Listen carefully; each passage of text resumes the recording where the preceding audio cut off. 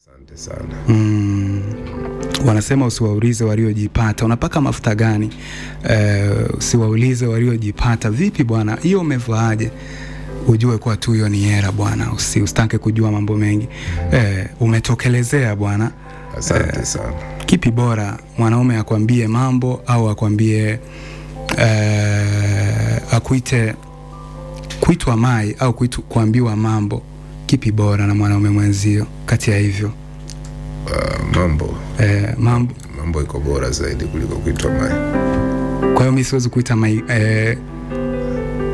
mai kamgisha. Hapana, hiyo imekaa kidogo. Imekaa kushoto hiyo. Ndio mwanaume mwenzio kukwambia mai.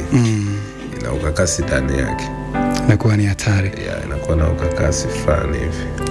Oh yes, bwana karibu sana katika studio za Shinazi FM Radio. Najua ni mara yako ya kwanza. Ndio. Bwana, ilikuwaje siku ya kwanza unapanda ndege Kamgisha? Ilikuwa ni issue ya kawaida. Kwa sababu unajua ukikulia kwenye mazingira ya vitu ambavyo unaviona. Kwamba inakuwa ni kitu rahisi. Utofauti ni vile tu kupanda umeingia ndani basi, lakini hamna utofauti wote au kusema kwamba imepaa imeenda imefanyeje hivyo. Lakini mara kwanza ni unakuwa na mstuko, hasa pale nilipata changamoto kubwa pale ndege inapotaka kupaa na kwenye kutua. Ndio vitu ambavyo vilinistua kidogo, lakini baada ya kuzoea basi ikawa kawaida. Ni hivyo tu. Oh yes bwana, kilichofanya upande ndege ni bila shaka ni safari yako ya tunavyokujua mpaka leo Kamgisha. Au ulipanda kipindi kile, nimeona kuna picha moja hapa ulipost Insta. Kipindi hicho uwezekano wa kupanda ndege haukuwepo. Haukuwepo kwa sababu ya unajua kila kitu kinakuja kwa wakati. Jambo la kwanza, lakini jambo jingine ni kwamba kutokana na watu ambao unakutana nao na kitu ambacho unakifanya. Mimi naamini sana kwenye maisha usikate tamaa. Usiseme kwamba siwezi kufanya kitu fulani. Okay. Kama bado unapumua. Kwa sababu kila kitu kinawezekana. Leo hii mimi Mr. Shebi nadhani tulikuwa tunawasiliana kwenye simu. Oh yeah. Ukuwa na ile issue kwamba kuna siku nitakuja kuonana na Kamgisha. Lakini tumeonana ni kwa sababu wote tunapumua na bado tupo. Umeelewa? Kwa hiyo nadhani ni wakati tu ambao ulikuwa umefika, ambao Mwenyezi Mungu alinipangia kwamba ukifikia wakati huu basi utapanda ndege, au ikiwa hivi utafanya hivi. Oh yes. Jambo la wakati. Haimaanishi utakuwa vipi na haimaanishi utakuwa una hela. Unaweza usiwe na hela ukaumwa. Watu wakakuchangia ukapanda ndege, wangapi wanaenda India? Oh yeah. Sio kana kwamba labda wanatoa hela zao mfukoni. Ni mtu kwamba kachangiwa kaondoka hivyo, unakutasha timiza ndoto ambaye hata alikuwa ajui kama ataitimiza kwa wakati huo. Oh yes, Kamgisha sijawahi kuona wazi mahusiano yako. Ndio. Vipi kuhusu mahusiano yako? Mahusiano yangu kidogo, mimi ni mtu ambaye ni bingwa wa kuachwa kuliko kuacha. Kuachwa? Wewe unaachwa? Mimi naachwa sana bro. Na jambo ambalo linanifanya niachwe sana ni kwa sababu mwanamke ukimpenda, kila mwanamke anakuja kwenye maisha yako kwa sababu. Mara nyingi sisi ambao tunaonekana sana kwenye ma-TV, ndio tunakuwa na changamoto kubwa sana kwenye mahusiano. Kuna mtu mwingine atakuja kwa sababu ya show off. Yaani leo hii kaniona na Karokola, anataka amuone Karokola. Okay. Au leo hii labda tuna kipindi TV fulani, kuna wasanii Diamond, sio kuna Harmonize. Ujue sisi ni watu ambao tunakutana na watu wengi. Kwa kuna mtu mwingine atakuja kwa sababu ya kumuona mtu fulani, kwa hiyo anakutumia wewe kama daraja. So binafsi mioyo ya binadamu ilivyo, au moyo wa mahusiano ulivyo baina mwanamke na mwanaume, sisi tuna upendo tofauti. Upendo wa mwanaume kawaida unaanziaga 100%. Lakini upendo wa mwanamke uanziaga 0. Ambapo unavyomtreat mwanamke, unavyoendelea kumtreat, umemjali, umefanyaje, upendo wake huwa unapanda. Lakini sisi wanaume tuna kitu kimoja kwamba hata ikitokea kwamba labda yule mwanamke akakuzingua, wewe upendo wako unakata moja kwa moja, ambapo yule mwanamke upendo wake unakuwa unafanyaje, unapanda. So kuna mwanamke ambaye anakuja kwa kukuaminisha kwamba yeye ni sahihi kwako. Okay. Lakini kumbe ni tofauti, ni kwa sababu anakuwa na target zake binafsi. Kwa hiyo kama mwanaume una fall in love kwamba huyu mtu kaja kwa naye yani naye kiukweli, lakini mwisho wa siku unakuta amekuja kwa nia tofauti, ambao unakuta hiyo inakuumiza binafsi. Unasema labda ngoja niwe kwenye mahusiano mengine.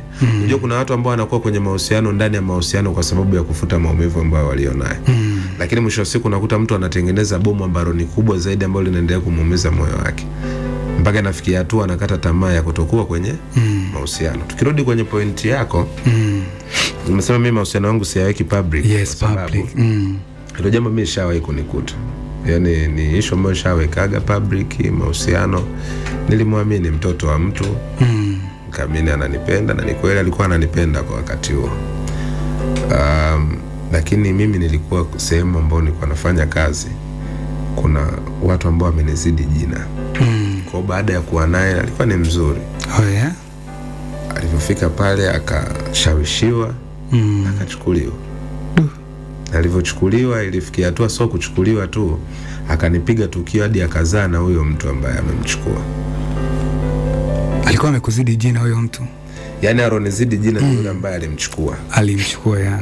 Ambaye alimchukua ndo mtu ambaye alikuwa amenizidi jina. Lakini dada alikuwa ni wa kawaida tu, na sio msanii, sio nini. Kwa sababu mimi sipendi kuwa na mahusiano na msanii mwenzangu. Napenda niwe na mwanamke ambaye yuko tofauti na mambo ya sanaa. Hilo ndo linawapelekea masuperstar wengi, watu kama nyie wakubwa kubwa kidogo ambao mnaonekana kwenye video, ndo inapelekea mchelewe kuoa. Kuchelewa kuoa ni kutopata hivyo kama ninavyosema, kutopata mtu ambaye ni sahihi. Zaidi tu ni kumuomba Mwenyezi Mungu kwamba Mungu, naomba unipe mtu sahihi, atakuja. Lakini sasa watu wengi wanachukuliaga wasanii ni maraya, kwa sababu hiyo leo yupo na huyu, kesho yupo na huyu, uko na huyu. Lakini hawajui changamoto ambazo hao watu wanapitia. Ni kama hivyo, kwa sababu mimi siwezi ngakufumania ngakurudia mwanamke. Yani huo ni uongo. Yani vaa viatu vyangu kwamba mimi nimekufumania afu nikurudie. Mimi nishako kwenye mahusiano serious matatu. Ambao mahusiano ya kwanza ni hayo ambao nilikwambia kwamba niliibiwa. Mahusiano ya pili nilikuwa na mwanamke ambaye nilimfumania macho tu macho, na rafiki yangu alikuwa anatembea na rafiki yangu, alikuwa jamani afisa fulani. Alikuwa anatembea naye, lakini yule dada hakujua kama yule ni rafiki yangu. Alafu sasa nakuja kumfumania ambao ilikuwa ni roji yetu sisi. Mimi nilikuwa nimetoka kushuti, nilikuwa natoka Dodoma na rodi Dasa nyumbani paka ni mbali, kabidi niende hapo roji. Kwenda roji nimekaa kwa ile nani ilikuwa na kikorido fulani hivi kirefu. Sasa nimekaa kwa nyuma huko, nikasikia sauti, mtu anaita, anamuita dada, anamuomba taulo. Lakini nilipokuwa nimekaa pale nikaona kama hii sauti naijua hii. Napiga jicho hivi tunakutana macho tu macho. So umeelewa hicho kitu? Hasira zangu mimi pale kulikuwepo na kichuma fulani hivi cha dirisha. Kabidi nikichukue kile kukimbiza ndani, kakimbilia yeye moja kwa moja chooni. Nafika pale na mwanamshikaji yule mwanangu. Anamgisha vipi? Anambia mwanangu, ujue demu wangu. Akasema dada, mimi kuna sehemu nimemnunua. Sio, unaelewa hiyo situation bro? Alafu mbaya zaidi ambacho kilichokuja kuniuma zaidi. Huyo dume nilikuwa sijawahi kukutana naye kimwili. Tulikuwa tuna mahusiano miezi 6. Kila nikitaka kukutana naye ananipa propaganda mara sui nini, kwa sababu alikuwa anasoma chuo. Mara sui nimepita hivi, sui leo kuna kitu fulani hivyo. Umeelewa hiyo situation bro? Okay. Tukio la ngapi? La pili. Tukio la tatu nilikuja kuwa tena na mahusiano mengine, ambayo mahusiano kidogo hayo ndo yalikuwa top kwa yote. Kwa na binti tukafungua hadi biashara. Fanyaje, unajua maisha ya maisha Dar es Salaam, ukipata mwanamke mwenye akili, at least kuna kitu ambacho unaweza kusema kwamba mkifanye ili muweze kutoka sehemu moja kwenda sehemu nyingine.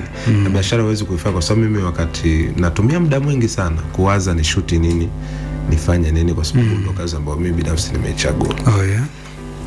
Kwa hiyo yule sister baada ya kuona hela ya biashara imekuwa nyingi, akaingiwa tamaa. Nilikuwaga na hizo ofisi za mikopo hizi. Ndugu yangu huyo ndo alikuwa mtu wangu wa karibu, na ndio maana unaona sasa hivi tuko pamoja. Pengine labda ningekuwa nishakufa au nimefanyaje kwa sababu ya depression. Oh my God, pole. Lakini Bwana Karokola ni mtu ambaye tulikutana na kwenye hicho kipindi ambacho nilikuwa hiyo na situation ngumu. Pia bi mkubwa wangu pia nilikuwa nimemtoa huku Bukoba, nimemleta Dar, alikuwa na alafu kipindi hicho pia ndio kipindi ambacho mimi nilikuwa nimetoka kwenye management kufanya kazi na Mkojani. Umeelewa hayo matukio matatu. Mama anaumwa, sehemu ambayo naitegemea ni sanaa. Sehemu ya tatu ambayo nilikuwa naitegemea ni hiyo biashara, ambayo inabidi nitoe pesa kule nizunguke nimtibie bi mkubwa, nitoe pesa kule nilipie labda kodi, nifanye vitu vingine hivyo. So ile yetu ya sanaa sisi nazunguka tu. Umeelewa? Nikapiga hilo tukio brother. Ilikuwa ni 2024 ile bro. 2024 mwezi wa 10. So mimi ndo nimetoka pia kwenye management kufanya kazi na Mkojani. Kwa hiyo 2025 ndio maana nilichukua muda mrefu sijatoa movie. Mpaka nakuja kutoa ile movie ya Montreal. Nishasogea hapa, akili ilikuwa iko sawa. So nilikuwa ndani sana nini hivyo. Binafsi mapenzi yanauma bro. Kwa sasa nilivyoamua baada ya hapo nikasema acha nitafute hela. Hadi leo unaniona hapa. Kwa hadi sasa hivi unatafuta hela? Hadi sasa hivi natafuta hela, na kizuri zaidi sasa hivi sitafuti mwanamke wa kumwaminisha kwamba mimi ni mtu bora kwake. Lakini natafuta yule mwanamke ambaye ataniaminisha yeye kuwa ni bora kwangu. Yes. Una muda gani una muda gani toka uanze kutafuta hela hadi kipindi hicho? Tuseme 2025 mwezi wa 6 nadhani ndio nilikuwa sawa, akili yangu ilipoa yani. Katoka hapo kusema kuna biashara nyingine za mimi nauza furniture. Shaona na post nauza furniture za ofisini na majumbani. Kwa hiyo ikabidi ni akili nyingi niitilie sana kwenye biashara kuliko kwenye mahusiano. Kwa hiyo hadi sasa hivi hadi kipindi hicho hujawahi kuwa na mahusiano? Sina mahusiano hadi leo. Ina maana toka muda huo hujawahi shiriki tendo la ndoa? Hapana, ndugu yangu, ujue tendo la ndoa kwa sisi wanaume ni kujiweka busy tu. Ukiwa busy, mimi nikikupa ratiba yangu kaka, naweza kuona sema kweli una haki ya kutofanya hicho kitu. Haya mambo lazima ukae, utalala, utapata muda dakika 2 uyafikirie, dakika 3 uyafikirie. Hisia unakuwa hujatendwa. Kuna matukio ambayo ukipigwa wewe unaweza ukahisi labda hauna nguvu za kiume. Hauna nini, au kutamani mwanamke yeyote yule. Kwa hiyo hujawahi kulala na mwanamke ambaye hamko kwenye mahusiano? Hapana. Unahisi kwa nini wengine wanafanya hivyo, kutoka na mtu ambaye yupo kwenye mahusiano? Unajua kuna kitu ambacho unaweza ukafanyiwa, lakini binafsi wewe ukakitumia kile kitu kama silaha au kutumia kama kulipiza kisasi. Lakini mwisho wa siku ukuta unajikomoa wewe. Umkomoi yule mtu ambaye akakufanyia hilo tukio. Leo umeacha na mwanamke, utasema sasa mimi kwa sababu nina chuki na wanawake ngoja niwakomeshe. Leo uko na Asha, kesho uko sijui na nani, huyu Mwantumu nani. Humo ndo kuna maradhi. Pata maradhi ambayo binafsi utoyafuta leo wala kesho. Umeelewa? Vivyo hivyo kwa mwanamke pia. Kwamba kwa sababu leo bwana Shebi kaniacha, mimi basi ngoja nifanye ninavyojua. Umeelewa? Kwa hiyo ni kujicontrol tu mwenyewe. Kujicontrol. Bahati nzuri nimekuja kwenye hiki kipindi, labda naweza nikapata mwali. Napata mwali wapo wengi. Nikapata mwali hapa akanionea huruma. Okay. Bahati. Kwa hiyo njia gani ambazo umezitumia? Umetuambia ubize, unakuweka bize. Bize afu mimi pia natumia muda mwingi sana kuandika content na film. Kwa hiyo kama niko, kwa sababu mimi nyumbani kwangu naishi na mbwa. Mbwa wa kizungu hao. Maiji ya Shafi. Naishi na kimbwa cha kizungu. Kwa hiyo sometimes sipokuwa na nani, muda mwingi nakuwa na bro pia. Tunajadiliana bwana, tufanye hiki. Ndio maana sisi unaona tuishiwe matukio kila siku. Tumefanya hivi. Kwa hiyo kujiweka hivyo kidogo na mimi nanitengenezea muda wa kuwa sawa, kulikava, nirudi tena kwenye hali yangu ya kawaida. Siwezi kuambia sitakuwa kwenye mahusiano. Hapana, lakini utafikia wakati ambao nitaona kwamba sasa hapa inabidi niwe na mtu. Pressure ya wazazi, dada zako. Ndio. Kwa hujaoa muda huu. Kweli, afu mimi nikwambie kitu kidogo ambacho labda kinaweza kuwa cha ajabu. Si nyumbani kwetu tumezaliwa watoto 12. Kwa upande wa babangu. Okay. Lakini kwenye watoto 12 yao mimi ndo mtoto pekee ambaye sijaoa.